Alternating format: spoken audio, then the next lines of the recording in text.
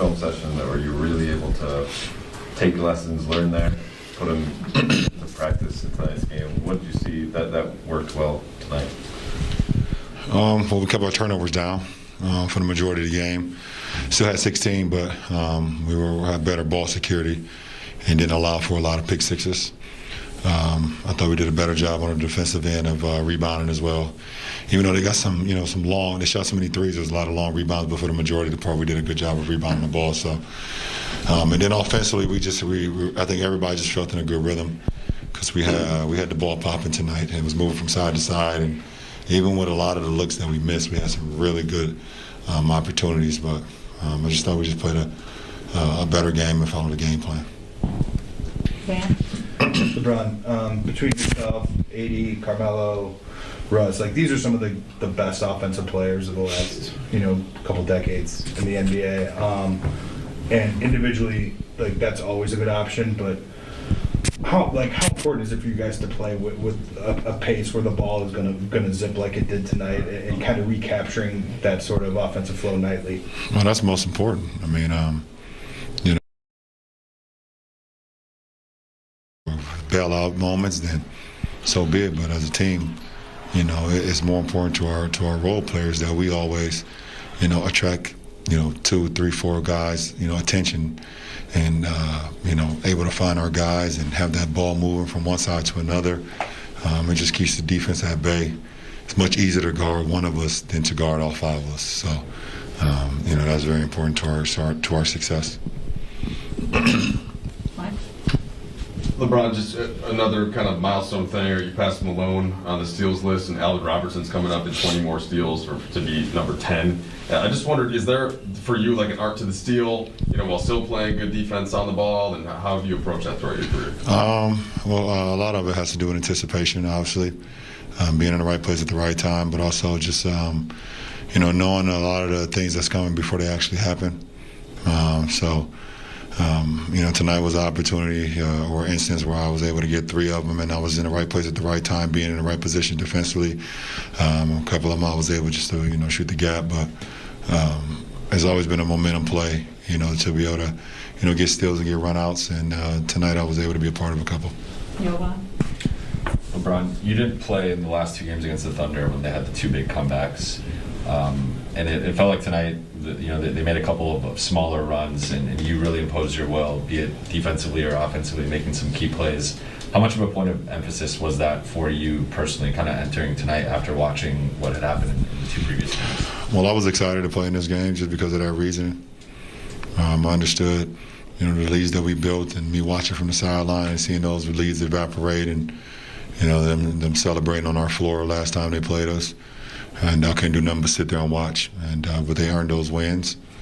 But I was looking forward to making an impact in this game, and just trying to control the game how I know I can control the game on both sides of the floor. And I was lucky enough, and then my teammates put some work in tonight, and I just tried to lead them in the right direction. Like you said, they made a couple runs, but every team makes a run. It's just how you handle that adversity, and we handled it extremely well tonight. LeBron, off-court question for you. You and Russ have produced documentaries about Black Wall Street and the Tulsa Race Massacre. I wasn't sure if you're able to see, because obviously during the game there were 2 survivors of that event at this game being honored during first quarter timeout. What do you think it means to have those folks here and visible in Oklahoma in a forum like this and give light to that event? Well, I did not get an opportunity to see it here live, but I think that's an unbelievable moment for not only the 2 survivors, but just continue to highlight, that moment of time. And for the city here to continue to recognize that, I think it's an unbelievable thing. And they do well by their people here, and they highlight things that's either unjust or things that are great. And ever since they've brought an NBA team here, when Seattle folded, these fans and the people here have always been amazing. So, like you said, Russ has done his part. I think he spent 9 years here, maybe 10. I'm not quite sure the years, but he did so many great things here, and me being a historian and things, just trying to figure out ways to continue to make great things for people to watch and people to be knowledgeable about. And with my company, it was a treat to be able to kind of make that documentary. The last two, we'll take Jordan on Zoom and then Dave with a follow-up. First, congrats on the milestone, triple-double milestone. Just wanted to talk to you specifically.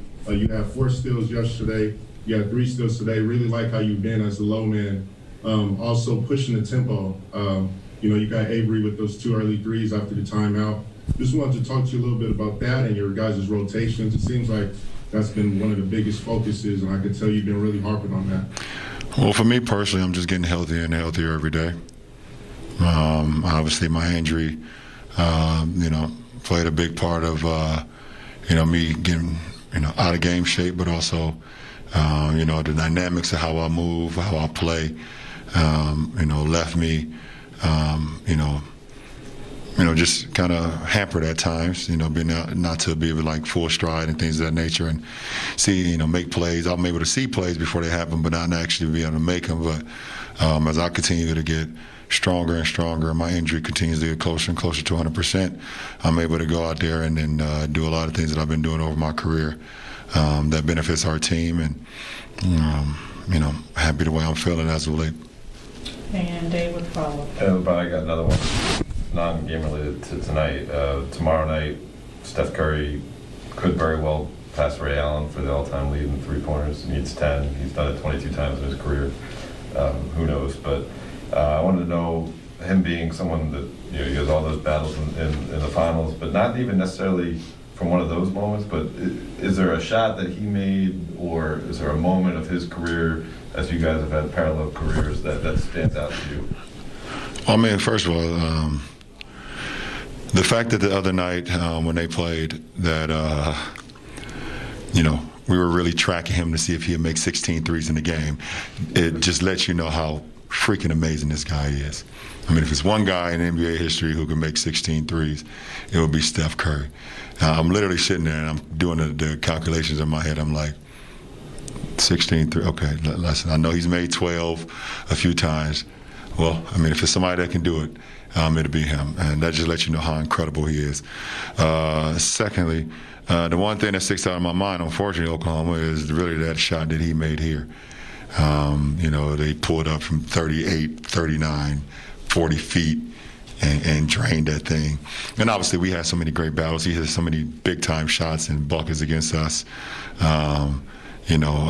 Obviously, he's been, phenomenal his whole career.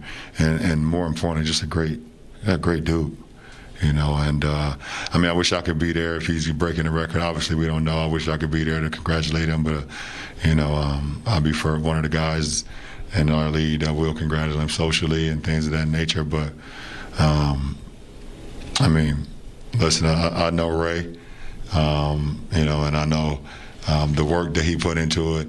And if it's one guy he has to, or letting somebody pass his record, and it being Steph, I know Ray is definitely grateful that it'd be such a guy like that. So pretty cool accomplishment. And you can't even jinx it because it's going to happen. It's going to happen. It might happen tomorrow. It can, but it's going to happen. So we're all witnesses to what Steph